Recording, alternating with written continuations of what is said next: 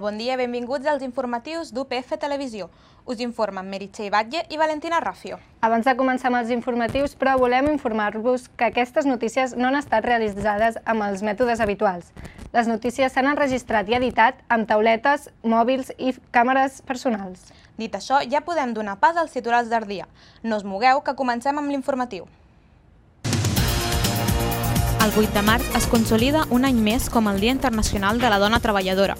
Durant aquesta jornada de reivindicació, Barcelona s'ha fet sentir amb diversos actes arreu de la ciutat. El Saló de l'Ensenyament torna a consolidar-se com el punt de referència per als futurs universitaris de Catalunya. Enguany, milers d'estudiants s'han apropat als estands per decidir el seu futur acadèmic. Davant la situació de crisi actual, els economistes fan una crida a replantejar el món laboral.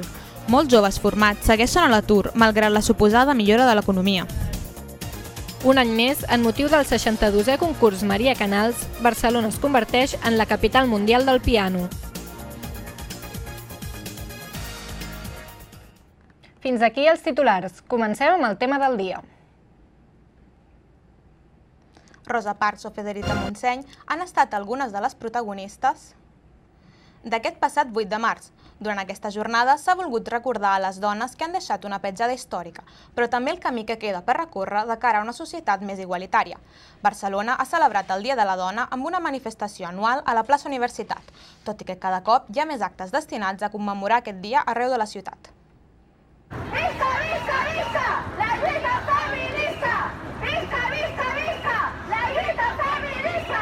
Un any més, la lluita pels drets de la dona ha arribat a Barcelona. 7.000 persones s'han trobat a la manifestació que es convoca cada any. Un acte per recordar el masclisme encara present a la nostra societat. Sota el lema Totes en la diversitat, juntes contra el patriarcat i el capital, avui la plaça Universitat s'ha tenyit de lila. Una lluita per millorar les condicions laborals i socials de la dona. Un camí per l'igualtat on encara es continua avançant molt lent.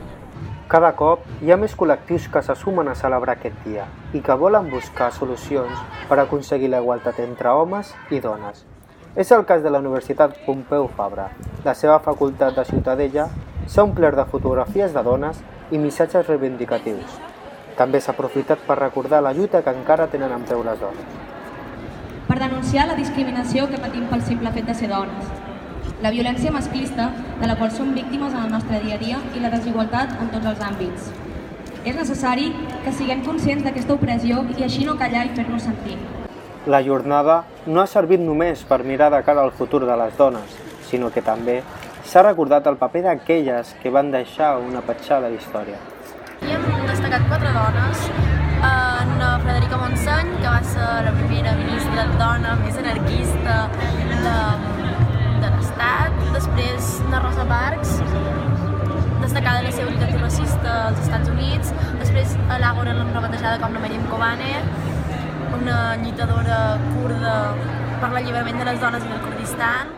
De ben segur, aquest dia no es passarà per alt.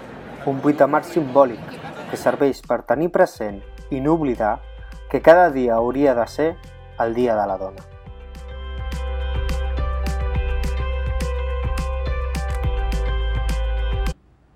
Per aprofundir una mica més en la importància que té aquesta jornada, tenim la nostra companya Andrea Massot, que ens presenta algunes dades de les diferències salarials i d'ocupació entre els homes i les dones al país. La situació demogràfica de la dona es tradueix en que hi ha més població femenina, tant a Espanya com a Catalunya. Ara bé, com es trasllada això després al dia a dia i a la pràctica? Pel que fa a la taxa d'atur, veiem que aquesta és menor a les zones catalanes, però major a les zones espanyoles. I pel que fa a la universitat? Doncs hi ha més estudiants dones, especialment entre els 25 i els 34 anys, que no pas homes. Tot i que això després no es tradueix en el món laboral. I és que el nombre de dones en els que ocupen alts càrrecs i que tenen influència en els centres de poder no arriba ni al 30%. Per exemple, només hi ha un 20% de catedràtiques, un 13% de dones al Tribunal Suprem i un 28% de dones al govern. Concretament, en els partits polítics, veiem que els dos partits amb més presència de dones són Esquerra Unida, que és l'únic que té més d'un 50% de diputades, i els socialistes. I els dos amb menys dones serien l'antiga CiU amb un 23% i Esquerra Republicana amb un 18%. I, per últim, en la que seria el gran indicador, diguéssim, per poder parlar d'igualtat de gènere o d'equitat, veiem que encara estem molt lluny de la igualtat de gènere, especialment en Catalunya, on la diferència salarial és major que la mitjana tant espanyola que europea, per sobre del 20%, mentre que a Europa ja estan en un 16% de diferència salarial. Amb motiu d'aquest dia, l'equip d'informatius ha entrevistat a la delegada del rector per a les polítiques d'igualtat de gènere de la Universitat Pompeu Fabra, Tània Verge, per parlar sobre política i gènere. Veiem-ho. Avui tenim amb nosaltres a Tània Verge, professora de Ciències Polítiques a la Universitat Pompeu Fabra i delegada del rector per les polítiques d'igualtat de gènere. Bon dia, Tània. Bon dia. En relació a la celebració del Dia de la Dona, aquest 8 de març, creus que les dones tenen més dificultats a l'hora d'arribar en un paper de poder a la política? Absolutament. No és només un impediment que afecti les dones en l'àmbit de la política, sinó que el veiem de manera generalitzada en tots els càrrecs directius, siguin de les empreses, siguin dels mitjans de comunicació, siguin de les universitats. Podríem donar diferents dades, però aquest és un patró general que constata, diguéssim, la situació i són diversos els elements que ens expliquen per què és així. Quins són aquests elements? D'entrada, la societat segueix valoritzant de manera especial allò masculí com la norma, és a dir, les qualitats que s'associen a ser un bon líder, ser un bon executiu, ser un bon presentador, ser un bon... tendeixen a basar-se en valors estereotípicament masculins o que tendeixen a reflectir més patrons masculins d'una masculinitat hegemònica estàndard. Tampoc vol dir que tots els homes siguin així, però allò que s'ha valoritzat és certa agressivitat, una assertivitat moltes vegades desmesurada, un estil relativament adversarial en lloc de més relacional, i es produeix també un efecte mirall. Les persones que estan escollint, sigui per anar a unes llistes, sigui per entrar en un consell d'administració o en altres llocs de poder, tendeixen a ser homes, és a dir, tendeix a ser un grup relativament homogeni on els homes estan sobrerepresentats, que crec que és important emfatitzar-ho. La infrarrepresentació de les dones és tan evident com la sobrerepresentació dels homes i per tant es produeix també un efecte mirall, és a dir, el grup relativament homogeni es posa un mirall davant i les característiques que té aquell grup relativament homogeni són després les que busca cap a fora. I a la universitat això també és molt evident? A la universitat també és molt evident. Tenim un percentatge de graduades i de postgraduades en màsters o doctorats. En el cas de graduades és una proporció més femenina que masculina, en el cas de les postgraduades relativament paritària, al voltant del 50%, i a mesura que anem avançant en la carrera acadèmica anem perdent dones pel camí fins a arribar a percentatges de menys del 20% de dones catedràtiques, és a dir, hi ha una segregació vertical. Aquells càrrecs de més responsabilitat o de més elevada jerarquia dins d'una trajectòria professional trobem menys dones que homes. I per tant, quina creu que seria la solució? Com evitar aquesta desigualtat? Són moltes també les solucions i s'ha de treballar en diferents nivells. S'ha de fer un treball específic amb les persones que seleccionen. S'ha de ser conscient que moltes vegades la discriminació és indirecta, que no passa de manera deliberada, perquè si no estaríem parlant bàsicament de portar aquestes decisions als tribunals, veritat, però tenim molts estereotips assimilats. Portem una motxilla carregada de tota la socialització que hem rebut, en trets de caràcter, en rols que assumim, i per tant moltes vegades estem imputant alguns trets que potser no són reals però que els estem assumint. Això per una banda, per tant formació a les persones que s'encarreguen de fer les seleccions.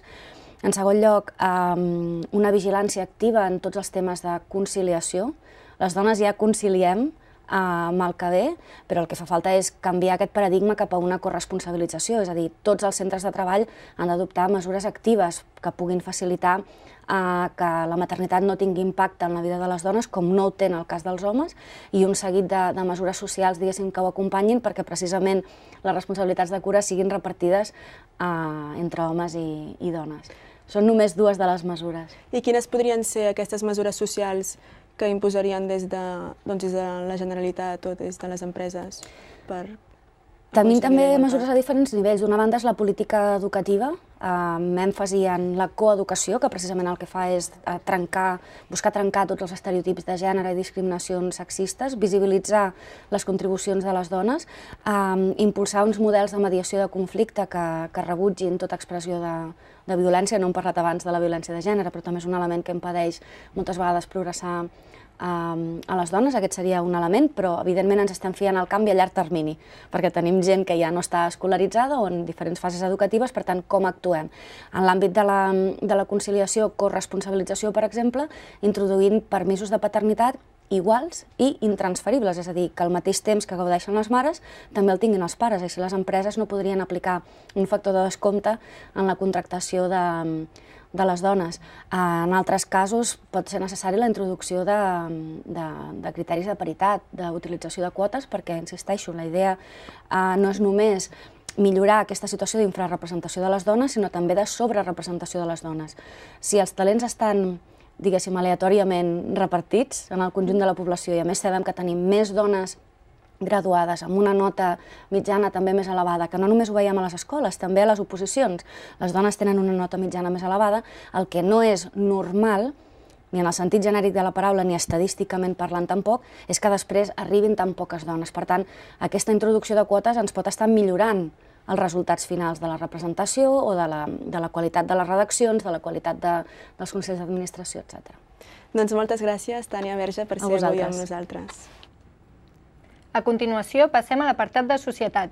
El Saló de l'Ensenyament torna aquest any a la Fira de Barcelona amb l'objectiu de reforçar els serveis d'assessorament i orientació acadèmica amb tallers, xerrades i visites guiades als estudiants. En la seva 27a edició, el Saló de l'Ensenyament ha posat a l'abast de milers d'estudiants fins a 182 expositors. Una de les novetats de l'edició d'enguany del Saló de l'Ensenyament són titulacions universitàries de 3 anys, pensades per després especialitzar-se mitjançant un màster de 2 anys.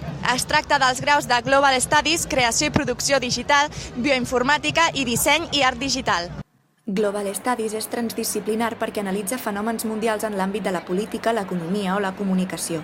Potser per això és un 3+2, perquè la idea és que tu vagis a aquesta carrera i decideixis tu mitjançant un màster o un postgrau a on t'especialitzes. També destaca la titulació interuniversitària de Bioinformàtica de la UB, la UPC i la UPF. La UB, per la seva banda, impartirà creació i projecció digital des de l'Escola de Noves Tecnologies Interactives. Nosaltres no érem partidaris de fer una carrera de 4 anys d'una enginyeria, perquè creiem que una enginyeria en 3 anys no es pot fer. Però, en canvi, la carrera d'art, com que no té cap dels elements de l'enginyeria, sí que ens creiem que podia ser una carrera de 3 anys. Alguns estudiants han manifestat la seva opinió sobre la reforma educativa i el 3+2. És que no té sentit, vull dir, s'estan carregant l'educació pública. És una vergonya, jo penso que el que intenten és desprestigiar una carrera i simplement guanyar més diners fent-te pagar el màster.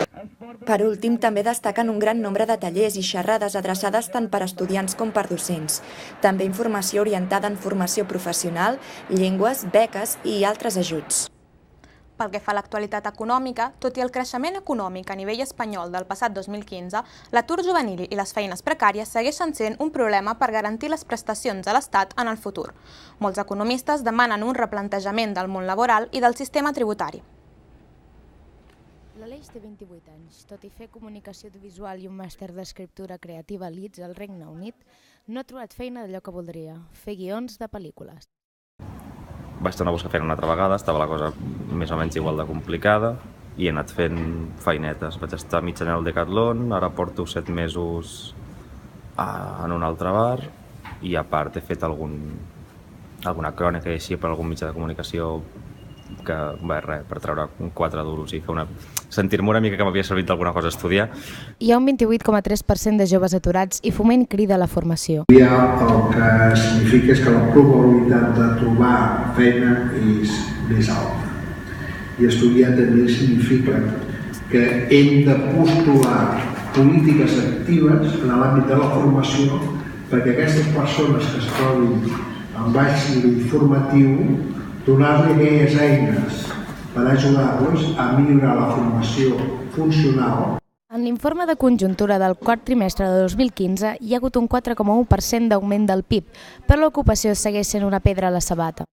El problema actual de l'ocupació no és que hi hagi una possible recessió, ja que l'economia està creixent. El problema recau en l'aparició d'agents externs com la tecnologia. Això és el que defensen els economistes.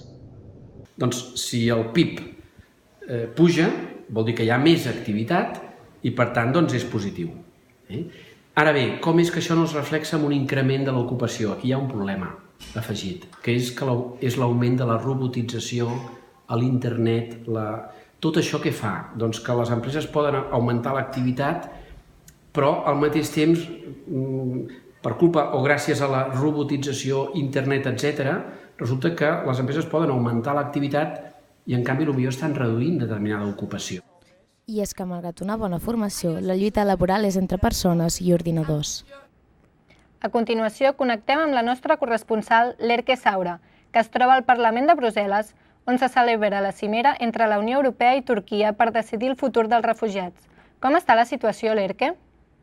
Doncs sí, estem aquí a Brussel·les molt pendents ara mateix d'aquesta reunió que s'està efectuant entre els 27 països de la Unió Europea i Turquia. Turquia molt conscient que és una peça clau per resoldre aquesta crisi de refugiats que hi ha ara mateix a Europa i que és cada cop més insostenible. També es tracta d'una reunió que arriba dies després de que Donald Tusk emetés unes polèmiques paraules de cara als refugiats demanant-los que no vinguessin a Europa. Les mesures preveuen aprovar-se entre el 18 i el 19 de març, demanant, per exemple, que els refugiats es puguin deportar de Grècia a Turquia, mentre que Turquia també podrà deportar refugiats a Europa sempre i quan es faci de manera legal. Mentrestant, al Camp d'Idomeni la situació segueix sent insostenible. Es troben ja prop de 14.000 persones, la frontera és permanentment tancada després que estigués dies oberta, però la gent pogués anar entrant a Europa amb comptagotes. Això és tot des d'aquí, des de Brussel·les seguirem molt pendents de tot el que pugui passar. Aquesta setmana han començat les inspeccions per a les reformes del carrer Pere IV, un dels punts del pla de xoc de l'Ajuntament de Barcelona pels primers mesos de mandat. Els veïns també s'han mobilitzat per fer saber quines millores implantarien en aquest carrer. Us ho mostrem. Les primeres tanques grogues comencen a envair el carrer Pere IV i és que finalment, després de 2 anys d'espera, el projecte per a la remodelació d'aquest carrer s'ha posat en marxa. L'Eix Pere IV és un dels punts inclosos en el pla de xoc d'Ada Colau per impulsar l'economia cooperativa, social i solidària. La plataforma ciutadana de taula Eix Pere IV ja fa temps que treballa amb aquest objectiu i està recollint l'opinió dels veïns i veïnes perquè la transformació de la zona millori la qualitat de vida dels qui viuen. Amb l'enquesta el que volem és una mica diagnosticar quines són no només les necessitats dels veïns, sinó les voluntats pel que fa al carrer Pere IV, és a dir, decidir una mica entre tots com volem que sigui aquest carrer, que actualment està molt abandonat i degradat, i donar-li la volta, és a dir, no només veure-ho com un problema, sinó justament com una oportunitat per poder decidir què volem al barri i revitalitzar el carrer. L'antiga zona industrial ha quedat amb solars buits o instal·lacions d'antigues fàbriques malmeses. Es tractaria de potenciar un urbanisme allunyat del model que imposa el districte 22@, pensat per indústries, multimèdia i innovació, però no en el teixit veïnal i en la cohesió social. Aquesta és una de les més de 1.000 enquestes que els veïns han pogut omplir a diferents punts del barri de Poblenou. Tot i així, encara queden per recollir més enquestes en centres de secundària com l'Institut Quatre Cantons i alguns comerços. A més, els veïns que encara no l'han omplert podran trobar-lo online a la web de l'entitat Taula Eix Pere IV. La data límit és aquest diumenge. L'estat de les voreres, la il·luminació o ús dels espais buits per a ludoteques són alguns dels aspectes que apareixen en les enquestes. Els resultats es traslladaran la setmana que ve a l'Ajuntament perquè el projecte s'adeqüi a les necessitats reals dels veïns de Poblenou. A continuació, connectem amb la nostra companya Judit López perquè ens parli d'unes troballes ben curioses que han tingut lloc a la plaça de les Glòries Catalanes de Barcelona. Què ens en pots dir, Judit? Les obres a la ciutat de Barcelona, a la plaça de les Glòries concretament, ha deixat al descobert un tram del rec comtal de la ciutat. Tot i que ja se sabia què passava per aquesta zona, el descobriment ha anat molt més enllà del que s'esperava. S'han trobat 2 trams que podrien connectar amb el tram original. Des de l'Ajuntament de Barcelona asseguren que podrien datar del segle X o inclús anterior. Per confirmar-ho, faran proves a la Universitat de Barcelona amb la tècnica del carbònic 14, i així es podrà determinar la datació exacta d'aquestes restes. A més, a part d'aquestes restes del rec comtal, també s'ha trobat un pont que data del segle XIX, una caseta que servia per la distribució d'aigua i unes escales. El pont el podem veure aquí darrere. A més, si es vol visitar, es pot fer en un tram que queda al descobert entre Montcada i Reixac i Vallbona. Aquest rec comtal és un monument que té més de 1.000 anys d'història i és una de les joies hidràuliques de Catalunya. Avui es compleix un mes i escaig del funcionament del tram sud de la L9. Ens hem apropat a les estacions de la línia per preguntar als usuaris quin balanç en fan d'aquest nou servei. El passat 12 de febrer es va inaugurar la L9 Sud, que connecta la zona universitària amb les terminals 1 i 2 de l'aeroport del Prat. Prèviament ja es troba en funcionament la L9 Nord, que connecta la Sagrera amb Santa Coloma. Actualment s'espera que els dos trams es connectin per arribar a fer la L9. Hem parlat amb els usuaris per saber què en pensen d'aquest primer mes de funcionament. Una de les novetats és que el metro funciona de manera automàtica en el 25% del seu recorregut, és a dir, sense conductor. Això permet agilitzar el trajecte que es porta a terme en 32 minuts. Bien, como aspecto moderno, me parece bien la tecnología, la implantación de esta nueva tecnología. Sí, llego al trabajo más rápido también, sí, porque ahora tenía que esperarme al bus en la Plaza España y digo, cojo la 9 y llego antes. Muy preparada para el aeropuerto, que va muy bien todo, sí, y sobre todo es un poco menos costosa. Para irnos un taxi cuesta mucho. Moltes de les crítiques s'adrecen al temps que ha trigat en construir-se, en total més de 14 anys. A més, alguns dels usuaris es queixen d'haver de pagar 4,50 € per arribar a l'aeroport. Al cap i a la fi qui ho paguem som els usuaris, això. No, vale, potser s'amortitzarà abans l'obra. Jo crec que amb els 4,50 l'obra no s'arribarà a amortitzar mai. Poder pagar els que siguin de Barcelona el mateix que un tiquet normal i els estrangers, òbviament, que paguin més. El principal objectiu d'aquest projecte, engegat el 2002 amb un pressupost inicial d'uns 2.000 milions d'euros, era connectar l'aeroport amb tota la ciutat. L'alcaldessa Ada Colau espera que les obres finalitzin el més aviat possible, tot i que no hi hagi una data concreta. Cal que les institucions ens posem a treballar i desencallem aquesta situació perquè efectivament es posin en marxa quan abans millor aquestes obres que permetin arribar al metro a la Marina. Actualment el cost de les obres està al voltant dels 16.000 milions d'euros i el consistori estima que haurem d'esperar l'any 2017 per veure la L9 acabada. Passem a l'apartat de cultura. Aquests dies Barcelona es converteix en la capital mundial del piano. Les millors promeses de tot el món es trobaran al Palau de la Música per participar al concurs Maria Canals, que tindrà lloc el proper 17 de març. Tu hi toques? Amb aquest hashtag, el concurs internacional de música Maria Canals ha col·locat pianos de cua a diferents espais públics de la ciutat de Barcelona. La voluntat? Trencar les barreres entre la major part de la població i la música clàssica. Si la gent no va a les sales de concert, sempre dic, doncs anem a buscar la gent al carrer i com? Doncs posant aquests pianos de cua a disposició de qui els vulgui tocar. En Pere i en Joan van coincidir per primer cop fa 3 anys davant les tecles d'aquest piano al metro de Diagonal. Des de llavors, cada any tornen per trobar-se al mateix lloc.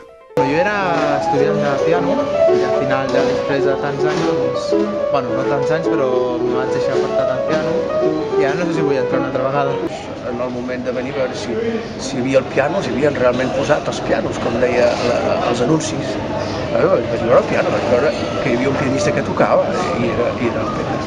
De manera paral·lela al concurs, no només s'han habilitat pianos arreu de la ciutat, sinó que hi ha un segon concurs, en aquest cas, a través de les xarxes. Tothom que vulgui es pot gravar tocant en un piano com aquest d'aquí darrere i penjar-ho al canal de YouTube del Maria Canals. Un jurat decidirà qui és el guanyador i aquest tindrà el premi de poder tocar el piano de gran cua al Palau de la Música. El proper 17 de març sabrem el guanyador de la 62a edició del concurs oficial, que es du a terme al Palau de la Música i on han participat més de 80 joves pianistes d'arreu del món. La funció del concurs ja no és només adreçada a aquests joves d'aquí que poden comparar el seu nivell, sinó que s'adreça a tot el món i a qualsevol pianista que tingui els nivells que demanem perquè pugui participar. De moment, el piano que es farà servir a la final ja espera el seu torn al vestíbul del Palau. Avui a Barcelona s'ha presentat una nova aplicació mòbil. Glovo és una startup que es dedica a l'enviament i entrega immediat de paquets. Per ara, l'aplicació funciona a Barcelona, València i Madrid. La Paula s'ha quedat sense tabac, però l'altre dia uns amics li van parlar sobre una aplicació que li resoldrà el problema. Glovo és una nova startup que s'ha sumat al mercat de les aplicacions mòbils. És una iniciativa que dona la possibilitat de demanar i rebre qualsevol producte, ja sigui un article específic com seria el tabac de la Paula, com menjar, medicaments o tot allò que necessitis. L'objectiu de l'aplicació és que els clients no s'hagin d'esperar més d'una hora en rebre productes que comprin a distància. Així ho van explicar els seus fundadors durant la presentació el dimarts a la fàbrica Moritz. Avui aquí es celebra el First Tuesday, un acte que es fa cada primer dimarts de mes i on es dona la possibilitat als emprenedors de donar-se a conèixer, formar-se i fer contactes. I és justament aquí on Òscar Pier i Sasha Michó han presentat la nova aplicació de la que són fundadors, Glovo. Aquest espai de la fàbrica Moritz El jove Òscar Pierre ha explicat la iniciativa que va idear des dels Estats Units, on completava els seus estudis d'enginyeria aeronàutica. Allà es va adonar que startups com Uber funcionaven molt bé i que hi havia un buit de negoci en la recollida i rebuda de paquets. First Tuesday ha acollit els fundadors de Glovo per presentar la seva aplicació, que es diferencia d'altres iniciatives similars perquè el client no s'ha d'esperar més d'una hora en rebre el producte que compra online. En un entorn de grans expectatives, el jove fundador ha explicat que una de les particularitats de Glovo és que et porta coses que ningú abans et portava, com anar al Corte Inglés o fins i tot tornar unes claus, tot i que el model de negoci està en un àmbit més tradicional. El ser humano al final come 3 veces al día y el 60% que ahora son comidas, cenas, snacks, desayunos, todo lo que sea pues, comidas de restaurantes o McDonald's o de Starbucks o desayunos. Entonces, esto es el 60% y el otro 40% está muy distribuido. El passat mes de novembre, el projecte va aconseguir uns 2 milions d'euros de la mà de diferents inversors, entre ells Google i 20. I pel que fa a l'àmbit educatiu, aquest matí han començat les votacions al claustre universitari de la Universitat Pompeu Fabra via votació electrònica. Marina Ayala ens informa des de la plaça Gutenberg. Bon dia, Marina. Com està la situació en aquests moments? Avui, a la universitat s'està vivint un clima electoral per la jornada de votació del nou claustre universitari, tot i que recordem que des de la setmana passada ja estava disponible el vot electrònic avançat a través del campus global. Aquestes eleccions es fan cada 4 anys i a la votació es trien un total de 121 membres representant de diferents col·lectius, com ara professors, alumnes i personal de l'administració i serveis. Aquests membres són els que posteriorment s'encarreguen, entre d'altres funcions, d'elaborar i reformar els estatuts de la universitat i de vetllar pel seu compliment, i també de debatre aquells assumptes que afecten a la comunitat universitària. El rector Jaume Casals va convocar les eleccions el passat 9 de febrer i durant les últimes 2 setmanes els candidats han dut a terme la seva campanya electoral. Avui mateix es podran conèixer els resultats, tot i que es té previst que no serà fins al 23 de març que es podran conèixer definitivament els candidats electes. A continuació farem una pausa publicitària. Quan tornem us parlarem sobre el nou projecte del Palau Blaugrana, sobre la cursa de Barcelona celebrada aquest passat diumenge i sobre l'estat del temps i el trànsit a Barcelona. No us mogueu, nosaltres tornem en 3 minuts.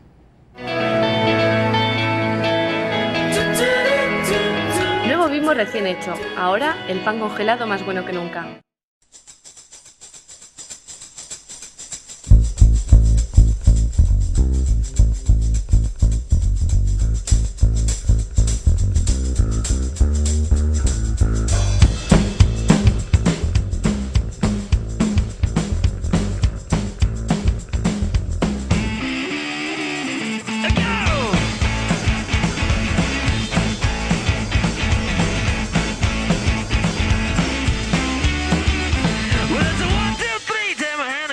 Because you look so fine and I really want to make you mine. I said you look so fine and I really want to make you mine.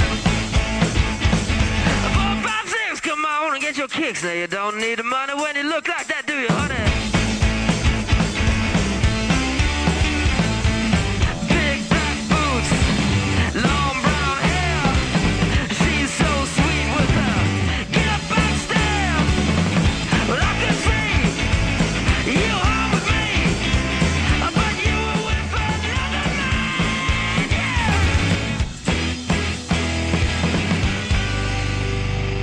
I said, are you gonna be my girl?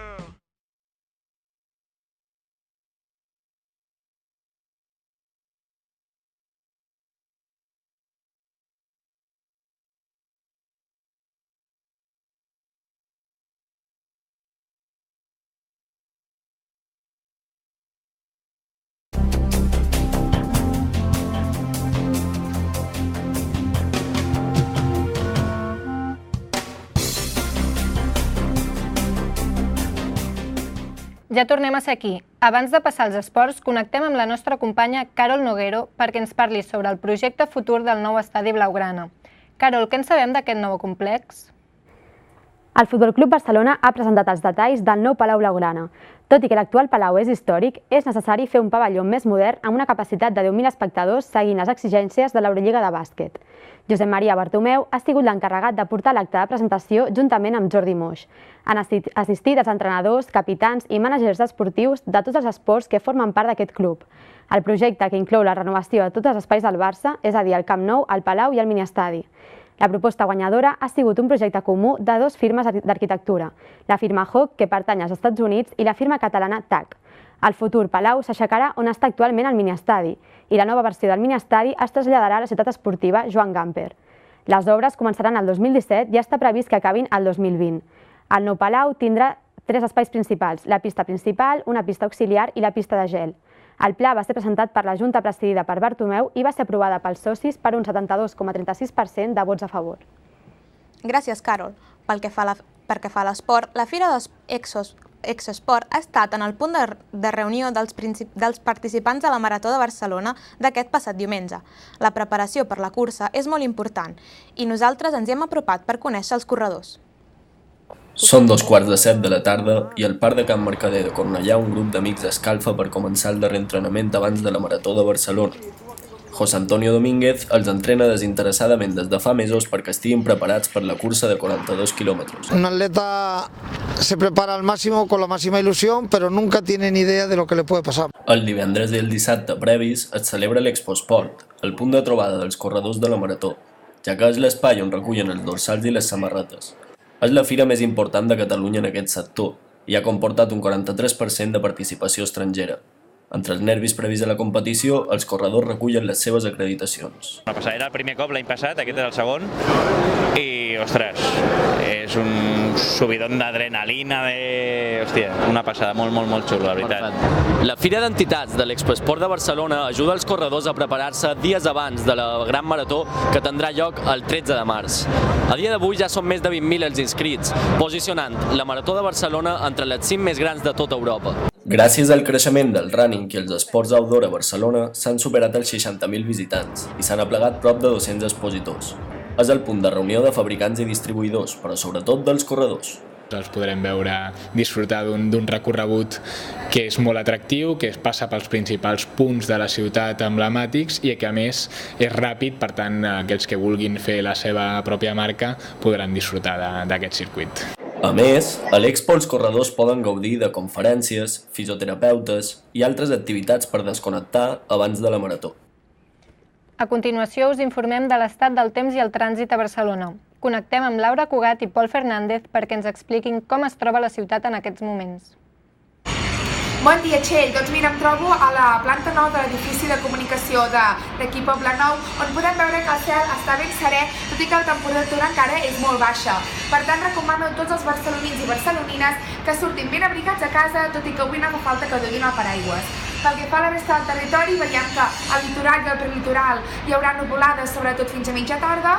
La resta del territori estarà bastant serè, excepte la vessant nord del Pirineu, que és on es concentrarà la major part de núvols. També cal destacar que les precipitacions també es trobaran en aquesta vessant nord del Pirineu, que degut a les baixes temperatures cauran en forma de neu amb un ritme feble però contundent a intervals. Pel que fa a les temperatures, veiem que avui són lleugerament superiors a la resta de la setmana, tenint en compte que ens trobem en un període de borrasca hivernal que afecta no només a Catalunya, sinó que també afecta la resta del país. I per acabar, voldria destacar les fortes ventades que s'esperen a les zones del litoral empordanès, concretament en el Cap de Creus. Per tant, molt de compte a tota aquella zona de Figueres i de Roses. I per acabar, doncs, només destacar que s'espera que demà també faci bon temps.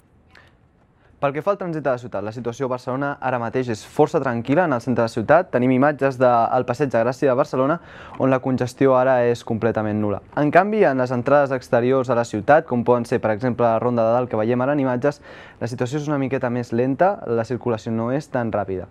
Altres imatges del centre de Barcelona, com és el carrer Aragó amb Diagonal, veiem que hi ha una total fluïdesa en contrast amb el que serien les entrades, per exemple, en aquest cas, a l'entrada del Llobregat. Pel que fa a la resta del dia a Barcelona, la tònica del dia serà que hi haurà una certa dificultat per circular en les vies d'accés a la ciutat, mentre que la circulació dintre dels carrers principals serà força fluida, amb excepció, per exemple, com veiem, en el Passeig de Gràcia de cara a la tarda o potser en altres trams.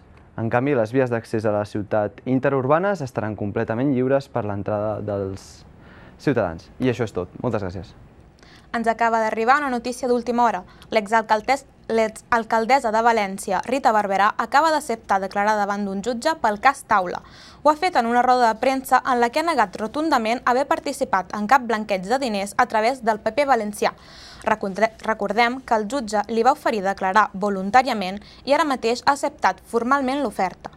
A partir d'avui, l'exalcaldessa té 20 dies per estudiar la documentació i presentar-se davant del jutjat. A més, ha reiterat la seva intenció de seguir com a senadora perquè ningú del partit ha demanat la seva dimissió. I fins aquí els informatius del migdia de la Universitat Pompeu Fabra. Gràcies per la vostra confiança i fins la propera.